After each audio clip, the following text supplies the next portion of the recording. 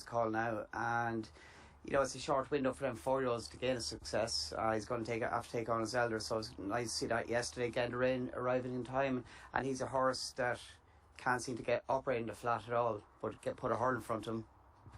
He's different Ross proposition. Completely. I interviewed Ross yesterday, and he said, I promise you, he said he wouldn't run out of his way. He shows you absolutely nothing at home.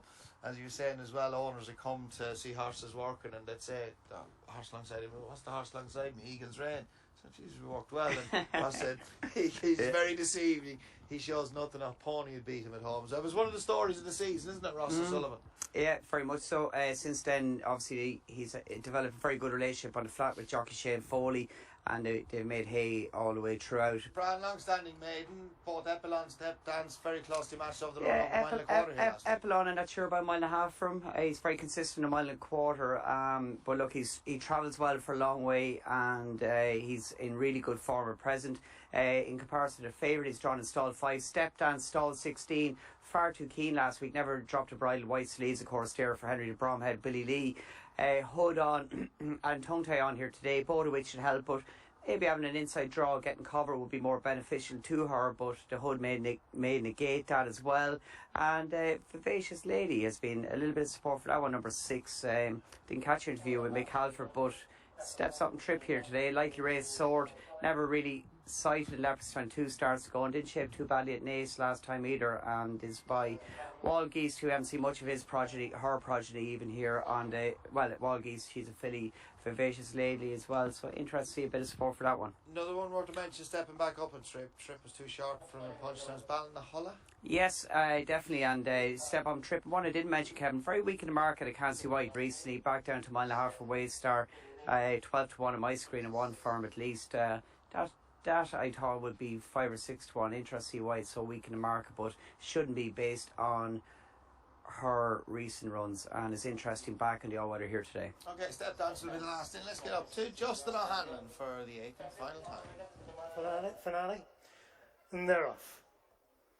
And a level enough break. Step Dance maybe slightly slower than the rest, but as they race up towards the furlong point, towards the winning post, Figuirehead is towards the centre in company with Waystar.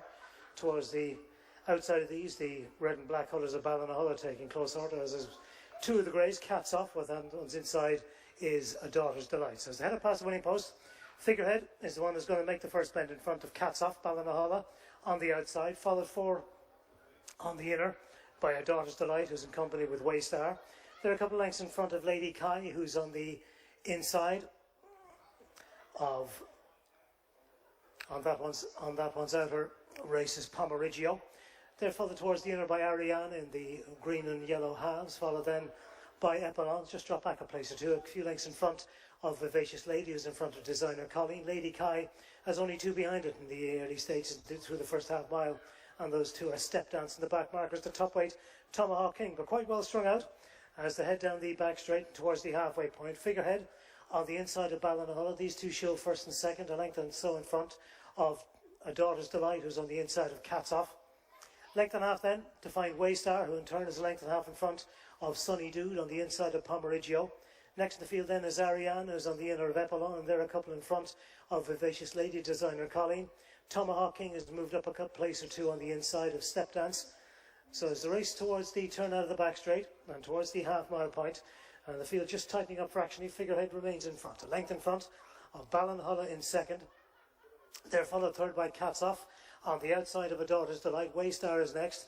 Break then is some 3 to 4 lengths then to find Pomeriggio being ridden to try to get closer. On that one's inside is Sunny Dude, followed then by Epilon, who travels well on the heels of those. Ariane is next in the field, followed then by Designer Colleen, who's on the outside of Ladi Kai, who has quite a number of horses to pass in the straight. But as the race into the straight, 2.5 to go, and again coming mostly towards the stand side, Ballinahullah, with on the stand side rail is Waystar. Towards the centre, A Daughter's Delight, well there with Ariana, and towards the far side, Ladi Kai has made up its ground quickly and has come through the challenge now under Dylan Brown McMonagle, and racing down inside the final furlong and a half. It's on the far side, Ladi Kai, who's the leader from Vivacious Lady, coming through in the centre to try to challenge. Well inside the final furlong, it's Ladi Kai on the far side by a length, by 2 lengths. Ladi Kai and Dylan Brown McMonagle win the finale from Vivacious Lady in second.